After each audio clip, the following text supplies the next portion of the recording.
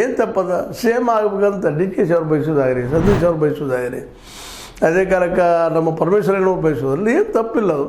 ಆದರೆ ವಸ್ತುಸ್ಥಿತಿ ಅವ್ರಿಗೂ ಗೊತ್ತದ. ಕರ್ನಾಟಕದಲ್ಲಿ ಕಾಂಗ್ರೆಸ್ ಸರ್ಕಾರ ಏನಾದರೂ ಬಿದ್ದು ಹೋಯ್ತಪ್ಪ ಅಂತಂದ್ರೆ ಈಚೆ ಕಾಲದಲ್ಲ ಸಮೀಪದಲ್ಲಿ ಕಾಂಗ್ರೆಸ್ಸಿಗೆ ಭವಿಷ್ಯ ಇಲ್ಲ.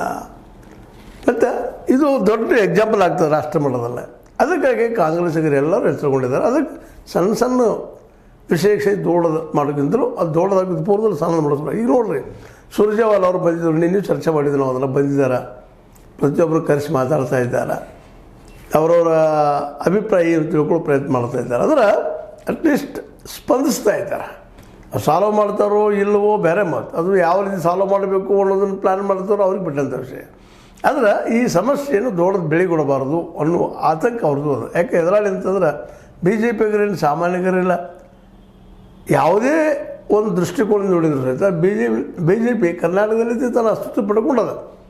ಸೋತಿರ್ಬೋದು, ಆದರೆ ಜನರನ್ನು ಹೋಗಿ ಮುಟ್ಟುವಲ್ಲೇ ಬಿ ಜೆ ಪಿ ಯಶಸ್ವಿ ಆಗ್ಯದ, ಇಲ್ಲಂತಲ್ಲ. ಕಡೆಗೆ ಒಂದು ದೊಡ್ಡ ವಿರೋಧ ಪಕ್ಷವಾಗಿರೇ ಇಲ್ಲಿ ನಿಂತದ ಕರ್ನಾಟಕದಲ್ಲೇ. ಅದಕ್ಕೆ ಇನ್ನೊಂದು ಸ್ವಲ್ಪ ಅವಕಾಶ ಸಿಗ್ತಪ್ಪ ಅಂದ್ರೆ ಅವರು ಕರ್ನಾಟಕದಲ್ಲಿ ಕಾಂಗ್ರೆಸ್ ಸರ್ಕಾರವನ್ನು ಮನೆಗೆ ಕಳಿಸೋ ಎಲ್ಲ ಸಾಧ್ಯತೆಗಳು ಹೆಚ್ಚಿದ್ದಾವೆ. ಹೀಗಾಗಿ ಇಂಥ ಸಮಯದಲ್ಲೇ ಏನಪ್ಪ ಅಂದ್ರೆ ಯಾರೂ ಬ್ಲ್ಯಾಕ್ ಮೇಲ್ ರಾಜಕಾರಣ ಮಾಡಬಾರ್ದು ಅನ್ನೋಂಗೆ ಕಾಂಗ್ರೆಸ್ ಪ್ರಯತ್ನ ಮಾಡ್ತಾಯಿದೆ, ಹೈಕಮಾಂಡ್ ಪ್ರಯತ್ನ ಮಾಡ್ತಾಯಿದೆ. ಬ್ಲ್ಯಾಕ್ ಮೇಲ್ ಹಿಂಗೆ ಆಗಬಾರ್ದು, ಯಾರಿಂದು ಡಿ ಕೆ ಶಿಂದ ಆಗಬಾರ್ದು, ಅದೇ ಕಾಲಕ್ಕೆ ನಮ್ಮ ಸಿದ್ದರಾಮಯ್ಯರಿಂದ ಆಗಬಾರ್ದು, ಸತೀಶ್ ಜಾರಕಿಹೊಳಿಯಿಂದ ಆಗಬಾರ್ದು.